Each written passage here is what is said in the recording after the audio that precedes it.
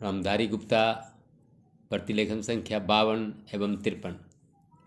महोदय, यद्यपि योजना के अंतिम रूप पर यह औपचारिक बहस अब हो रही है, हमने योजना के प्रारूप के बारे में काफ़ी ब्यौरेवार विचार किया था।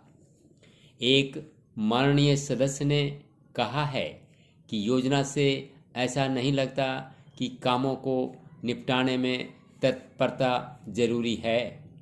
मैं समझती हूँ कि योजना के प्रारूप और उसके अंतिम रूप में यही अंतर है। अंतिम रूप में हमने तात्कालिकता पर जोर दिया है, जिसका प्रमाण यह है कि उसमें आज की प्रमुख समस्याओं की पहचान की गई है, जैसे बेरोजगारी या क्षेत्रीय असंतुलन अथवा अन्य ऐसी ही बातें। इनमें से कुछ समस्याओं के समाधान में कोई विलंब नहीं होना चाहिए और उन्हें तत्काल दृढ़ निश्चय के साथ हल किया जाना चाहिए। लेकिन कुछ परिस्थितियां ऐसी होती हैं जिनमें हमें काम करना होता है। कुछ मान्य तरीके हुआ करते हैं। इनमें से एक है लोकतंत्रिक प्रक्रिया। बहुत से लोग चाहते हैं कि हम कई काम एक साथ करें और उनमें से कुछ के बारे में हम सहमत भी हैं कि वे सही काम हैं, लेकिन हम लोकतंत्रिक प्रक्रिया के प्रति वचनबद्ध हैं। हम जनता की राय से काम करने के लिए प्रतिबद्ध हैं। हमें अधिकाधिक जनता और पार्टियों को अपने साथ लेकर आगे बढ़ना है। मैं समझती हूँ कि अगर इससे हमारी गति कुछ धीमी भी रहती है तो भी हमारी प्रक्रिया को बल मिलता है और हम जो भी काम हाथ में लेते हैं उसे बल मिलता है। दूसरा तरीका मिश्रित अर्थव्यवस्था का है, जिससे शायद कुछ लोग सहमत नहीं हैं, लेकिन जिसे हमने अपने लिए निर्धारित किया है। ऐसी अर्थव्यवस्था की अनेक त्रुटियां भी होती हैं, लेकिन हमारे देश में आज जो परिस्थिति है उसमें हमारी सरकार हमारे पूर्ववर्तियों और आज के सहयोगियों ने यह अनुभव किया कि हमें इस तरीके को अपनाकर चलना चाहिए। मिश्रित अर्थव्यवस्था का अर्थ मेरी समझ से यह नहीं है कि कुछ समृद्ध परिवारों को इसका लाभ मिलता रहे।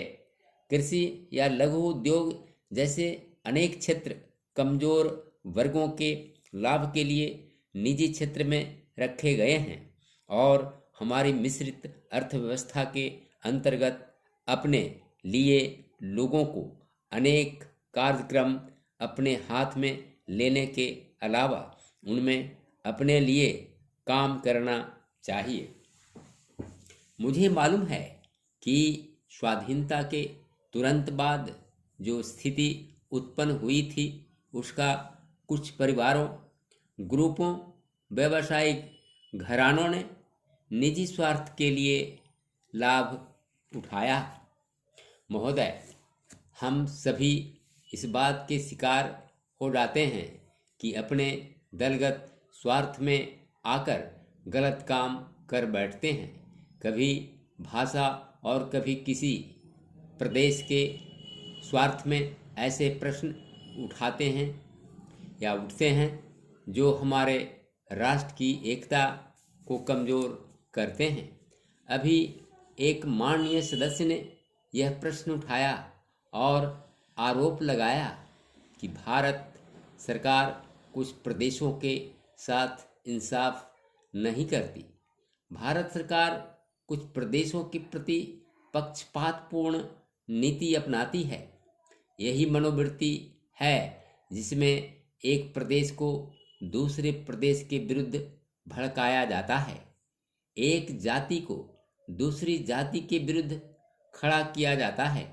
एक धर्म को दूसरे धर्म के विरुद्ध खड़ा किया जाता है और एक भाषा और दूसरी भाषा वालों के बीच में भड़काव पैदा करके लड़ाई पैदा की जाती है। यही मनोवृत्ति है जिसको हमारे विरोधी दल के बहुत से लोग भड़काकर पैदा करते हैं। उनकी अपनी गलत नीतियों के कारण विशाल दृष्टिकोण नहीं होता है और वे ऐसे प्रश्नों को उभार कर अपना स्वार्थ सिद्ध करते हैं। स्पष्ट है कि ऐसे समस्त प्रश्नों का परिणाम हमेशा बुरा होता है। इसलिए मैं सभी राजनीतिक पार्टियों के नेताओं से अपील करना चाहूँगा कि जो प्रश्न हमारे देश के सामने है और जिन पर हम सबको चिंता हो रही है तथा जिनका हल निकालने की हम कोशिश करते हैं, उन तमाम प्रश्नों के ऊपर हम ठंडे दिल से विचार करें। श्री वाजपेयी ने एक अच्छी बात कही। उन्होंने कहा कि इन प्रश्नों का हल सड़कों पर नहीं होगा। मैं भी उनसे इस बात से सहमत हूँ कि इन प्रश्नों का हल प्रजातांत्रिक ढंग से ढूंढने का प्रयत्न करना चाहिए। हमें इनका हल प्रजातांत्रिक व्यवस्था के अंदर करना होगा। सड़कों के ऊपर इन प्रश्नों का हल नहीं हो सकता है। राजस्थान के अंदर जो अकाल पड़ा हुआ है और लोग मर रहे हैं, उसकी तरफ चिंता नहीं हो रही है। अब राजस्थान में जो संकट है और इस तरह के जो दूसरे प्रश्न हैं, उन पर हम लोग एक साथ बैठकर गंभीरता से विचार करें और उनका हल तलाश करें। खाली इस तरह से आरोप लगाने से और उपदेश देने से काम नहीं चलेगा। इस देश के अंदर बंगाल में बाढ़ से जनता पीड़ित हो रही थी और उसको अनाज, कपड़ा और जीवन की रोजमर्रा की आवश्यक सामग्री भेजने की कोशिश हो रही थी।